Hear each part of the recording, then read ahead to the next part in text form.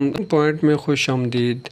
आज की इस वीडियो में हम पढ़ेंगे SOLO taxonomy structure of observe learning outcome. याद रखिएगा कि कभी कभी पेपर में ये भी आ जाता है कि सोलो किसका स्टैंड है, यानी structure of observe learning outcome जो है इसका ये स्टैंड है। इसकी डेफिनेशन को देखते हैं। SOLO taxonomy is a teaching and learning model, यानी जिस तरह ब्लूम टेक्सानोमी थी हमारे पास, इसी तरह जो सोलो टेक्सानोमी है ये भी हमारा टीचिंग और लर्निंग का एक मॉडल है। Develop by John Biggs and Kevin Collis in 1982, यानी ये दो हमारे पास एजुकेशनिस्ट थे, जॉन बिग्स और केविन कॉलिस, जिन्होंने 1982 में जो है वो इस टेक्सानोमी को जो है वो डेवलप किया है।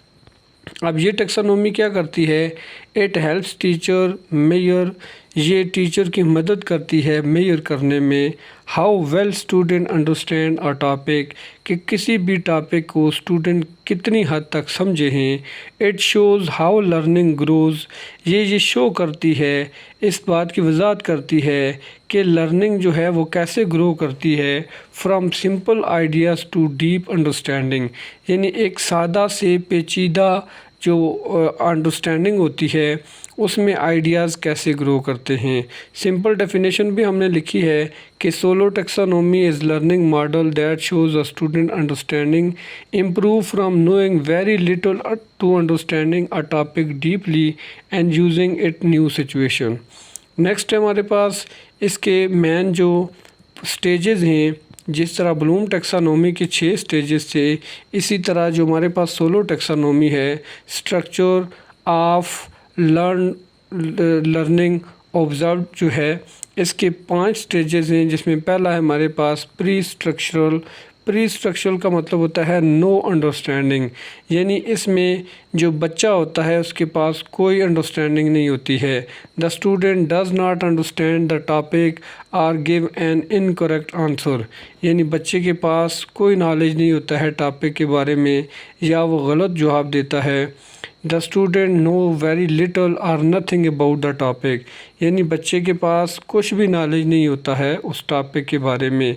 एग्जांपल देखें, स्टूडेंट कहता है, स्टूडेंट से क्वेश्चन किया जाता है कि व्हाट इज़ फोटोसिंथेसिस, तो बच्चा कहता है आई डोंट नो, यानी मुझे कोई इल्म नहीं है। या अगर वो जवाब भी देता है तो वो कहता है इट इज़ अबाउट एनिमल्स, ये जानवरों के बारे में है।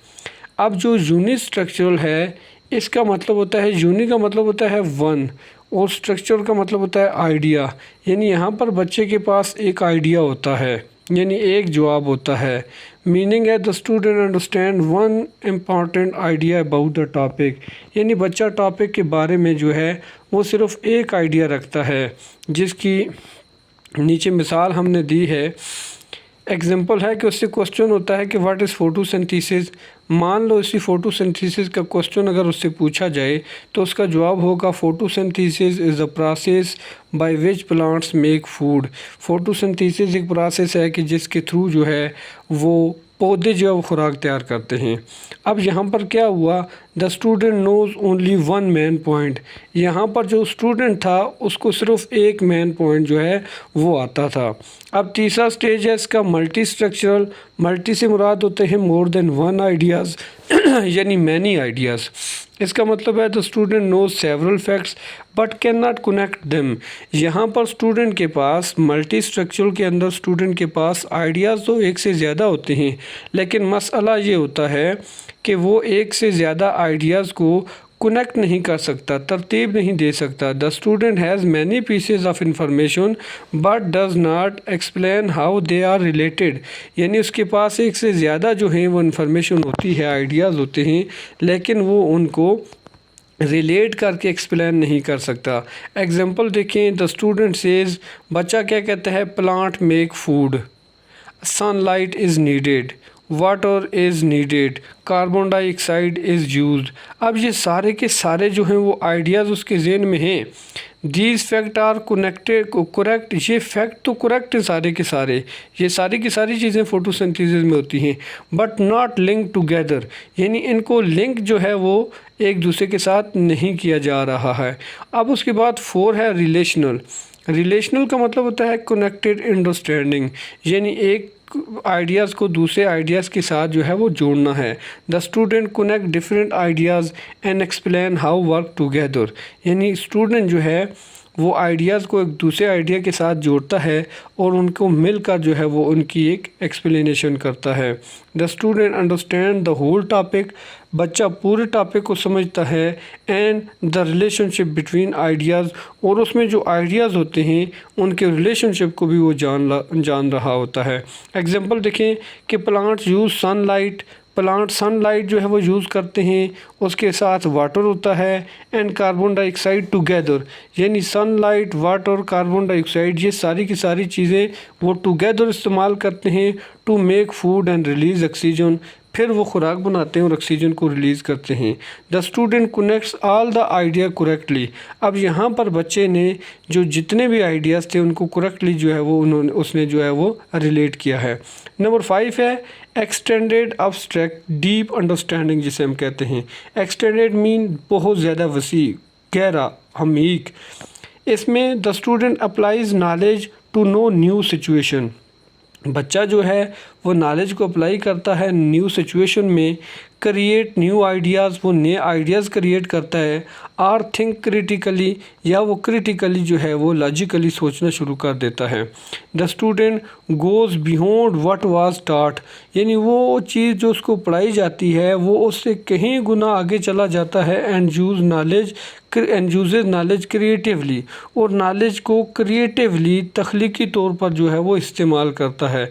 अब इसकी एग्जांपल देखें, द प्रोसेस ऑफ फोटोसिंथेसिस, जो फोटोसिंथेसिस का प्रोसेस होता है, हेल्प रिड्यूस कार्बन डाइऑक्साइड, वो ये समझता है कि ये जो फोटोसिंथेसिस होता है ये कार्बन डाइऑक्साइड के प्रोसेस को जो है वो रिड्यूस करता है इन द एटमॉस्फेयर, फ़िज़ा के अंदर। Planting more trees can help reduce global warming, वो समझता है कि अगर ज़्यादा से ज़्यादा पौधे लगाए जाएं तो इससे जो हमारी ग्लोबल वार्मिंग है, जो टेम्परेचर ज़मीन का बढ़ रहा है दिन ब दिन, वो कम हो सकता है। The student applies knowledge in a real life situation, तो जो स्टूडेंट होते हैं वो रियल लाइफ सिचुएशन के अंदर अपने नॉलेज को अप्लाई करते हैं। आगे नेक्स्ट है जी हमारे पास कि why is SOLO taxonomy useful, ये ब्लूम टैक्सोनॉमी की तरह ये क्यों जो है वो यूज़फुल है, तो इसके भी ब्लूम टैक्सोनॉमी से मिलते जुलते यूजेज हैं कि ये इम्प्रूव अंडरस्टैंडिंग करती है स्टूडेंट की, हायर आर्डर थिंकिंग स्किल्स होती हैं इसके अंदर डेवलप करता है, क्रिटिकल और क्रिएटिव थिंकिंग को जो है वो इनकरेज करता है। टीचर की लर्निंग जो एक्यूरेटली हो रही है उसको ये एक्सेस कर रहा होता है कि वो एक्यूरेटली जो है वो हो रही है या नहीं हो रही है। Make lesson planning easier, lesson planning को आसान करती है। शो करती है कि how student improve their learning step by step, कि बच्चे किस तरह स्टेप बाय स्टेप अपनी लर्निंग को इम्प्रूव कर रहे होते हैं। On encourage deep learning instead of memorisation, रटे के बजाय जो है वो डीप लर्निंग को ये इनकरेज करती है। उसके बाद है using solo taxonomy in the classroom, classroom के अंदर हम टैक्सोनॉमी को कहाँ इस्तेमाल कर रहे होते हैं या उसका इस्तेमाल क्या होता है। तो teacher can use SOLO taxonomy, write clear objective, ask question from easy to difficult, plan classroom activities, classroom activity को प्लान करके, assess students understanding, construct give constructive feedback, encourage discussion and problem solving, help student move from simple answer to deeper understanding, improve critical thinking and creativity। तो ये सारी की सारी इसके जो है वो क्लासरूम के अंदर जो है वो इस्तेमाल हैं। अब हम इसको देखते हैं कि एक और हमारे पास है क्लासरूम एग्जांपल, कि क्लासरूम में इसकी क्या मिसाल हो सकती है। हमारे पास टॉपिक है जी वाटर साइकिल, यानी आबी चक्कर जिसे हम कहते हैं, पानी का चक्कर। अब इसमें प्री स्ट्रक्चरल हमारे पास लेवल क्या है, the student can not explain the water cycle. अब यहाँ पर स्टूडेंट वाटर साइकिल को जो एक्सप्लेन नहीं कर सकता। यूनिस्ट्रक्चरल क्या है, the student know that water evaporates, बच्चा ये थोड़ा समझता है कि ये जो वाटर होता है ये एवोपरेट होता है, यानी ये अभी बखरात बनता है। मल्टी स्ट्रक्चरल में है कि द स्टूडेंट नेम्स स्टूडेंट को नेम आ जाते हैं एवापोरेशन, कंडेंसेशन एंड प्रेसिपिटेशन वगैरह वगैरह। रिलेशन में क्या होता है, रिलेशनल में होता है the student explain how these stages work together in water cycle.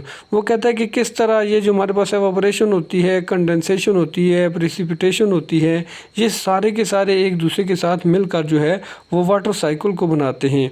उसके बाद एक्सटेंडेड एब्स्ट्रैक्ट है, उसमें the student explain how climate change can affect the water cycle and suggest ways to conserve water। वो बच्चा यहाँ पर ये समझता है कि किस तरह ये जो वाटर साइकिल होता है उसके ऊपर जो क्लाइमेट चेंज है वो असरअंदाज हो सकती है, और उसके साथ साथ वो उसको कंजर्व करने के लिए जो है वो सजेशन भी दे रहा होता है। तो ये थी हमारी वीडियो कि जिसके अंदर हमने सोलर टैक्सोनॉमी को जो है वो बड़ी डिटेल के साथ एक्सप्लेन किया है, इंतहाई जामे, इंतहाई आसान और बहुत ही आसान अल्फाज में बयान किया है। उम्मीद है कि ये वीडियो आपके लिए इंफॉर्मेटिव होगी। गुजारिश है कि अगर आप चैनल पर नए हैं तो चैनल को लाइक और सब्सक्राइब ज़रूर कीजिएगा, ताकि हर आने वाली नई मालूमाती इंफॉर्मेटिव वीडियो बर वक्त आप तक पहुँच सके। मिलते हैं नेक्स्ट वीडियो में, तब तक के लिए अल्लाह हाफिज़।